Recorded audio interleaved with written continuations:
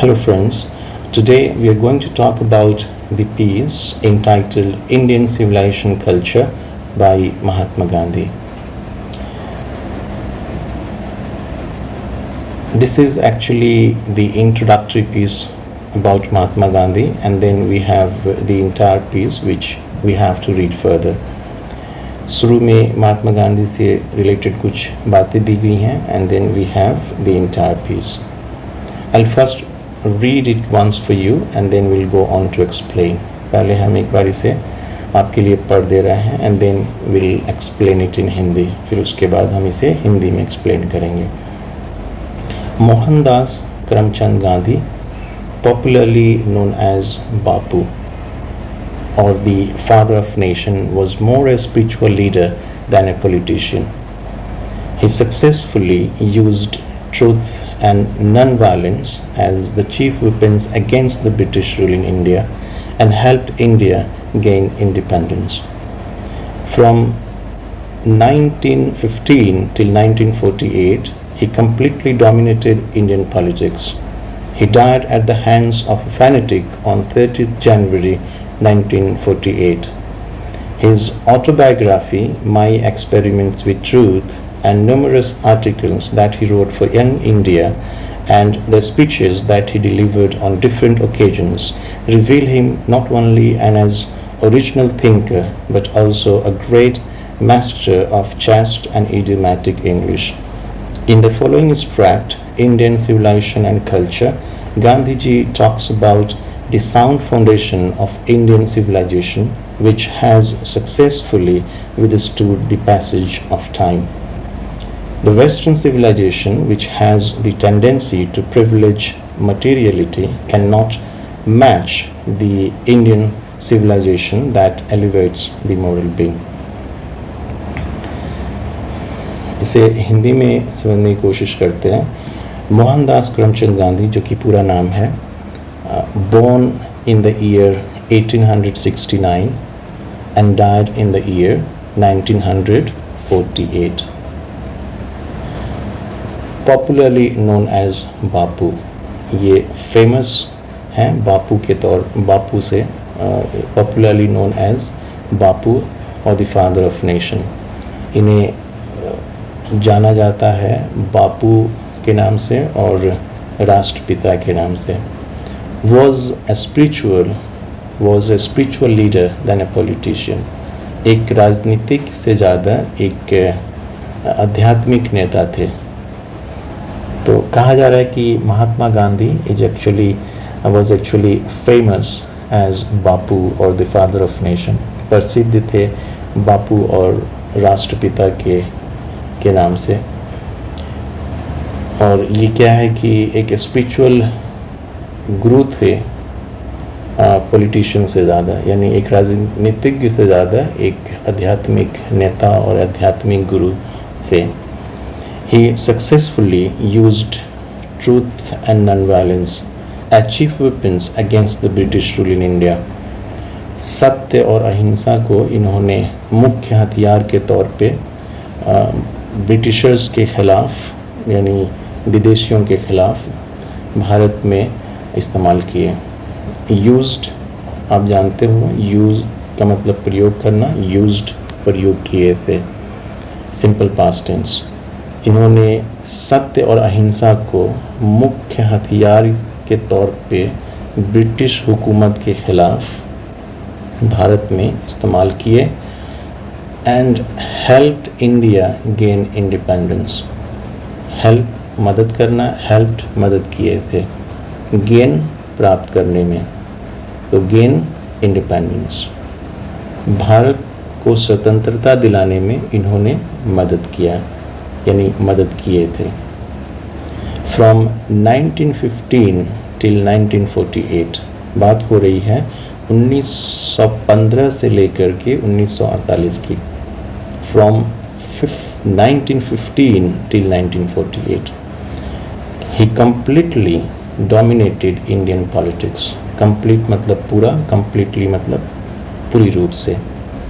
dominate मतलब control करना, हावी होना, नियंत्रित करना. dominated नियंत्रित किए थे, हावी हुए थे. इंडियन पॉलिटिक्स यानी भारतीय राजनीति में 1915 से लेकर 1948 तक पूरी रूप से हावी रहे, छाए रहे। He died at the hands of a fanatic. Fanatic मतलब सनकी। तो he died at the hands of a fanatic on 30th January 1948. ये एक फैनेटिक के हाथों यानी सनकी के हाथों मारे गए 30 जनवरी 1948 को। Actually, he was assassinated on this day, on 30th January 1948. इनकी हत्या हुई थी 30 जनवरी 1948 को। His autobiography का मतलब होता आत्मकथा। His autobiography, इनकी आत्मकथा, My Experiments with Truth. My Experiments with Truth, आप इसे याद करेंगे, ये महात्मा गांधी की आत्मकथा है।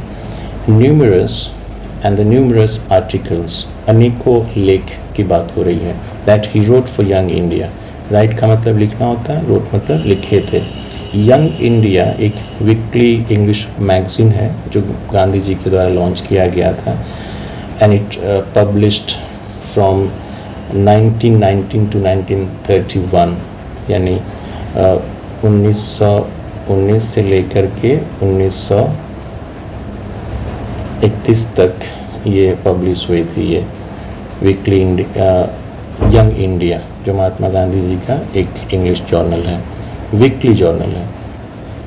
तो इन्होंने माई एक्सपेरिमेंट्स विद ट्रूथ जो कि एक आत्मकथा लिखा, एंड देन न्यूमरस आर्टिकल्स, अनेकों लेख जिन्होंने लिखा था यंग इंडिया के लिए, यानी ये एक वीकली मैगजीन है जिसके लिए इन्होंने लिखा, and the speeches that he delivered, और कई सारे भाषण भी दिए इन्होंने जो कि अलग अलग अवसरों पे, डिफरेंट ओकेजन्स, अलग अलग अवसरों पे। डिलीवर्ड पास्ट टेंस है। इन्होंने कई सारे भाषण दिए, एक्चुअली स्पीचेस, कई सारे भाषण दिए अलग अलग अवसरों पे। तो बात हो रही है माई एक्सपेरिमेंट्स विद ट्रूथ, अनेकों आर्टिकल्स, न्यूमरस आर्टिकल्स जो यंग इंडिया के लिए लिखा इन्होंने, फिर स्पीचेस जो कि अनेकों अवसर पे इन्होंने दिया। ऑल टुगेदर ये सारे इनकी जो वर्क्स हैं, ये सारे वर्क्स रिवील हिम, रिवील का मतलब होता है जाहिर करना, शो करना, एक्सपोज करना, bring in to limelight, actually public के बीच इमर्ज करना, फेमस होना। तो रिवील का मतलब जाहिर होना, लोगों के सामने उभर करके आना। तो reveal him not only as an original thinker but also a great master of chaste idiomatic English. ये सारे जो इनके वर्क्स हैं, माई एक्सपेरिमेंट्स विद ट्रूथ, अनेकों लेख और बहुत सारे स्पीचेस, भाषण जो इन्होंने कई सारे अवसरों पे दिया, ये सब इनको एक ओरिजिनल थिंकर बना दिया। सिर्फ ओरिजिनल थिंकर ही नहीं बनाया, जबकि अंग्रेज़ी के एक विद्वान के तौर पे, ऐसे विद्वान जो मुहावरेदार इंग्लिश, प्योर इंग्लिश, मुहावरेदार इंग्लिश इस्तेमाल किए, यानी एक मुहावरेदार इंग्लिश के विद्वान के तौर पे ये उभरे, और एक ओरिजिनल थिंकर, एक जेन्युइन विचारक के तौर पे भी लोगों के बीच आए। द फॉलोइंग एक्सट्रैक्ट, यानी जो एक्सट्रैक्ट, जो अंश, एक्सट्रैक्ट का मतलब अंश होता है। The piece actually we are to read और वी आर रीडिंग अबाउट, जिसके बारे में हम लोग पढ़ने जा रहे हैं, भारतीय सभ्यता और संस्कृति। ये एक ऐसा ऐसे है जो कि हिंद स्वराज से लिया गया है। हिंद स्वराज जो महात्मा गांधी जी ने 1909 में लिखा था और 1910 में अंग्रेज़ों के द्वारा बैन कर दिया गया था। The piece which was actually written by Mahatma Gandhi in 1909 and later in 1910 it was banned by the Britishers. तो क्या है कि वो Hind Swaraj, Indian home rule, एक ऐसी किताब है जो कि डायलॉग के फॉर्म में है, कॉन्वर्सेशंस के फॉर्म में है, और ये conversations actually it's taking place between the editor and the reader. एक कॉन्वर्सेशन है जो कि एडिटर और रीडर के बीच होता है। ये अंश उसी किताब से लिया गया है जिसका नाम है इंडियन सिविलाइजेशन एंड कल्चर, भारतीय सभ्यता और संस्कृति। तो भारतीय सभ्यता और संस्कृति जो कि अंश है जिसको हम पढ़ रहे हैं, गांधी जी इसमें बात करते हैं। Gandhi ji talks about the sound foundation of Indian civilization. Sound के मतलब है मजबूत, स्ट्रॉन्ग, फाउंडेशन बुनियाद। तो भारतीय सभ्यता की मजबूत बुनियाद की बात करते हैं Gandhi ji. Gandhi ji is actually talking about the strong foundation of Indian civilization. मजबूत बुनियाद की बात करते हैं भारतीय सभ्यता की, which has successfully withstood the passage of time, जो कि सफलतापूर्वक अपने मजबूत तरीके से, क्या है कि इतने समय बाद भी मजबूत तरीके से रूटेड है। यानी आज भी हमारी सभ्यता जीवित है, एक अरसे बाद भी, वक्त के साथ। तो गांधी जी कहते हैं कि इस सिविलाइजेशन में बात करते हैं कि भारतीय सभ्यता और संस्कृति जो गांधी जी की एक ऐसे है, और इसमें गांधी जी बात करते हैं भारतीय सभ्यता की मजबूत बुनियाद को, जो आज भी इतने अरसे बाद समय के साथ आज भी स्ट्रांगली रूटेड है, स्ट्रांगली स्टैंड करता है। दूसरी तरफ गांधी जी बात करते हैं वेस्टर्न सिविलाइजेशन, पश्चिमी सभ्यता की, western civilisation which has the tendency to privilege materiality.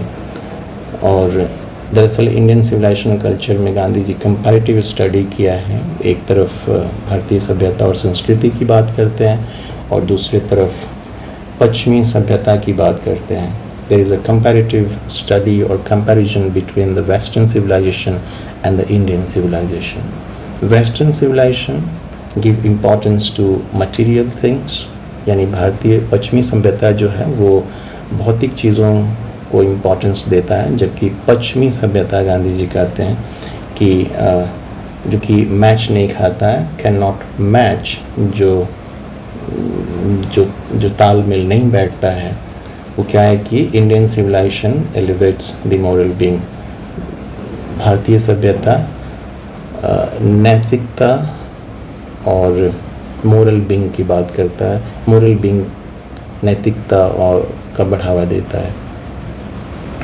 This is actually the introductory piece of Indian civilisation and culture by mister Gandhi.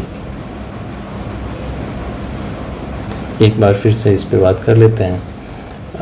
Mohandas Karamchand Gandhi, जो कि गांधी जी का पूरा नाम है, 1869 में पैदा हुए और 1948 में इनकी मौत हुई।